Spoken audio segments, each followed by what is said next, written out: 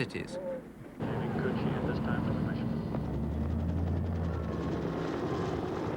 Their Huey UH-1B helicopters often flew long distances and thousands of hazardous missions to airlift the wounded to MASH units back at base.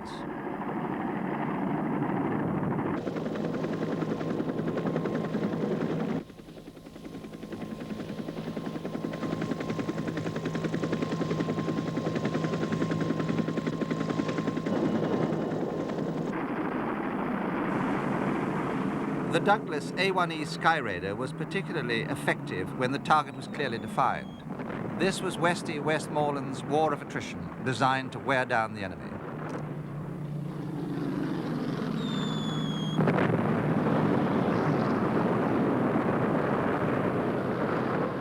After the artillery barrage, the infantry were airlifted forward.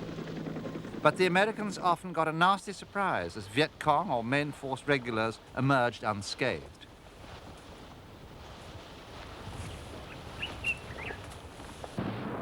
To be put out of action, they first had to be located, then pinned down and engaged. Baffled by such an elusive enemy, the Americans fell back on statistics.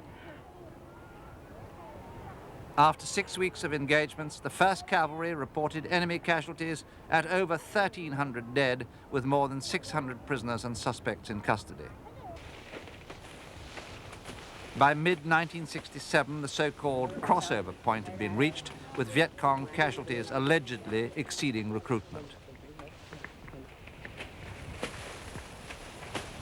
But the imperative to report a sizable body count drove some American commanders to costly attacks like that on Ap Bia, better known as Hamburger Hill.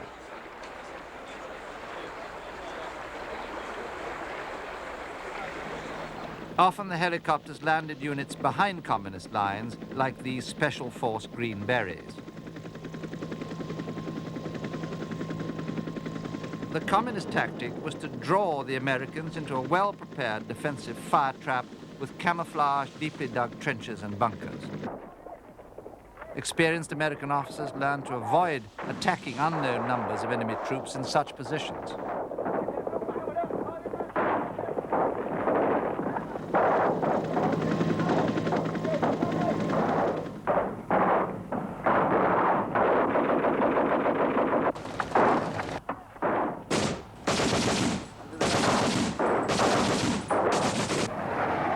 Instead, they preferred to fall back and call in artillery or airstrikes.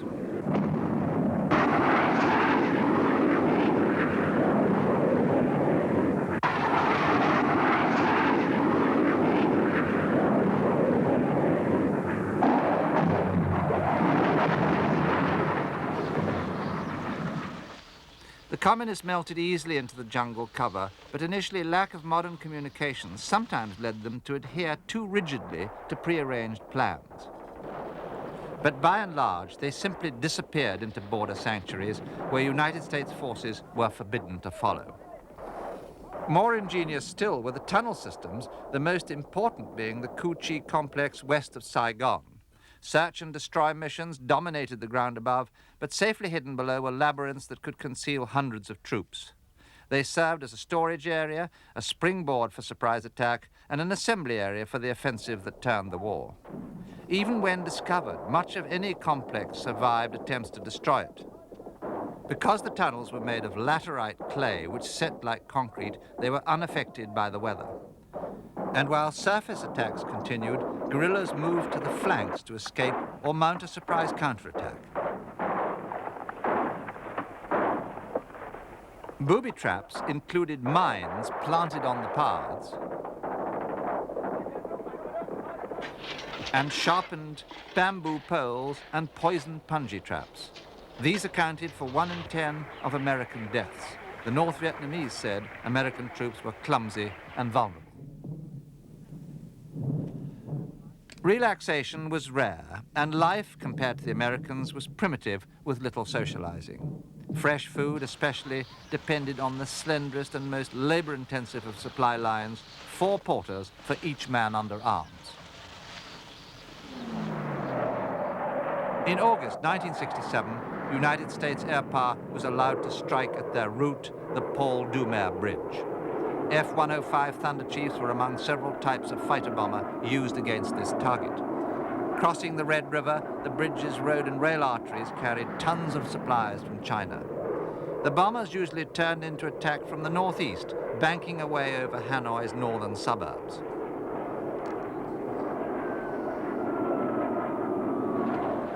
Though hit many times, improvised pontoons ensured that the flood of supplies never slackened. Long columns of lorries threaded through the crowds of people. Repairs were highly labor-intensive, though, and diverted people away from perhaps more important tasks.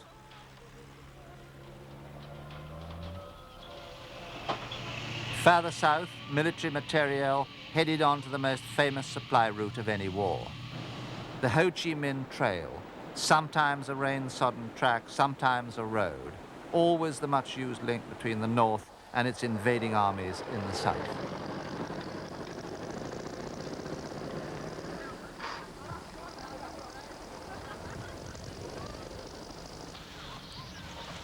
The post-monsoon period saw a major build-up of main force units in South Vietnam, prompting a wave of airstrikes against its traffic.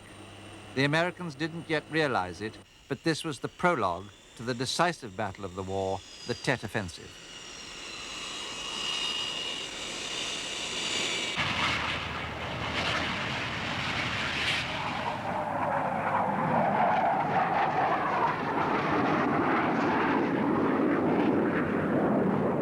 Objectives along the supply route were hit with pinpoint precision.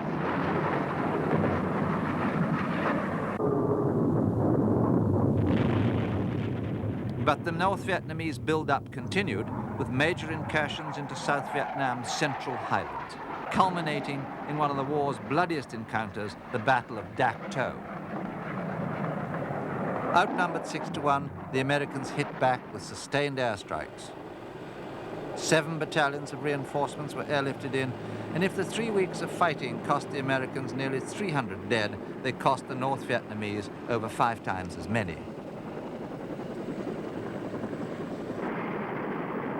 And these were the diversionary attacks designed to draw the Americans away from the cities targeted for Phase 2 of the Tet Offensive.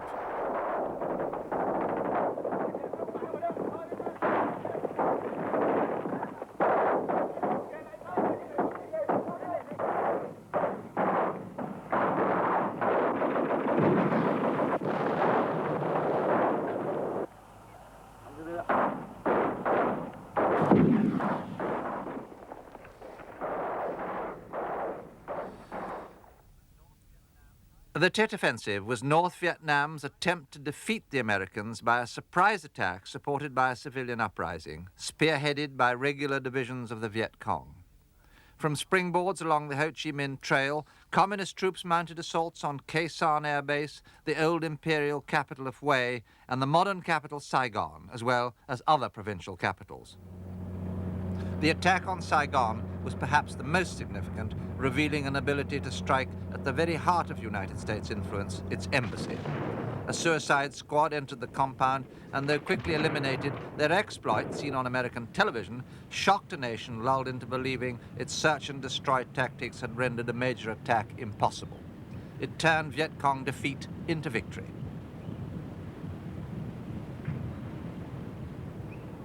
Most attacks, though, were aimed principally at ARVIN installations like this ammunition dump. Militarily slight, their psychological impact in the United States was out of all proportion and was felt immediately, like the fires that raged in the southern suburb of Cho Lon, attacked by 3 Viet Cong battalions.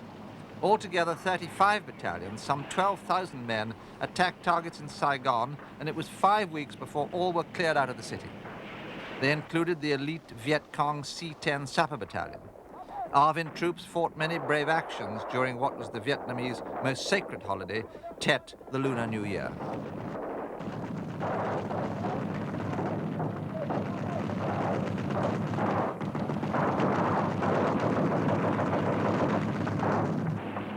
But the popular support the communists relied on was absent, and Viet Cong losses were enormous, over 45,000 dead, virtually eliminating the movement as a fighting force.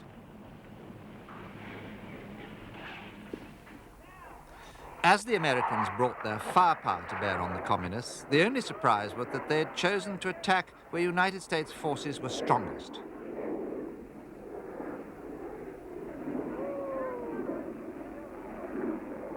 Their opposition was stubborn, few places more so than here at Duc Hoa, east of Saigon.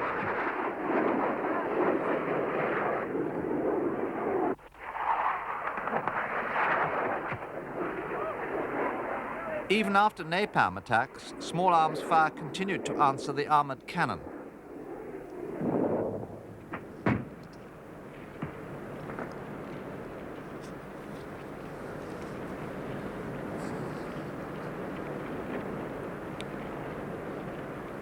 Armored flamethrowers were used to burn off the foliage and ground cover, concealing the enemy forces. Infantry then moved in to clear out their positions with grenades and rifle fire.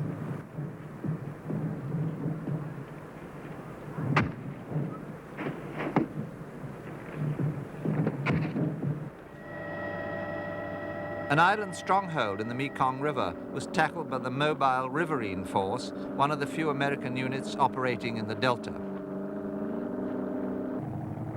Its patrol boats were armed with 40mm cannon and manned by elements of the 9th Infantry Brigade. The island was evacuated to minimize civilian casualties.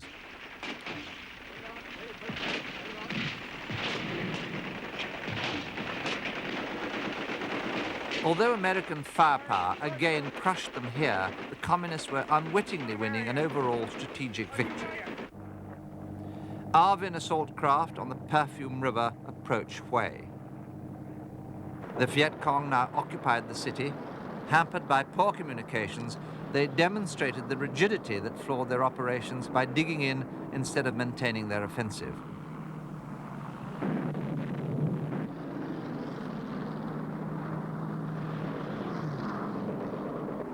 The reliable Sky Raiders made pinpoint bombing raids as American reinforcements were airlifted in. And the Onto's anti-tank vehicle was brought against troublesome machine gun nests.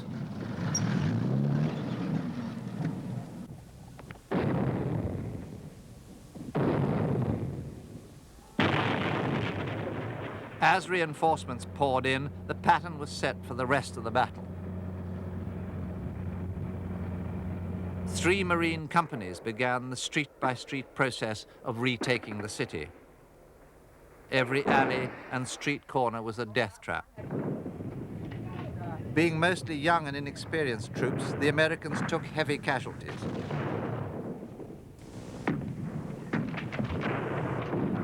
There was more civilian misery as the destruction mounted. The old citadel was modeled on Peking's Forbidden City. Now it was the center of the guerrillas' greatest resistance. The grenade launcher, with a 400 yards range, was especially feared, and the Marine using it a marked man.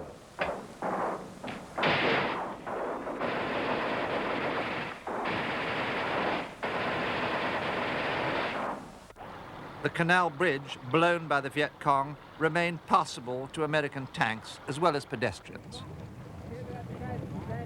The main bridge over the Perfume River was another story. People fleeing the fighting left behind scenes of heartbreaking devastation.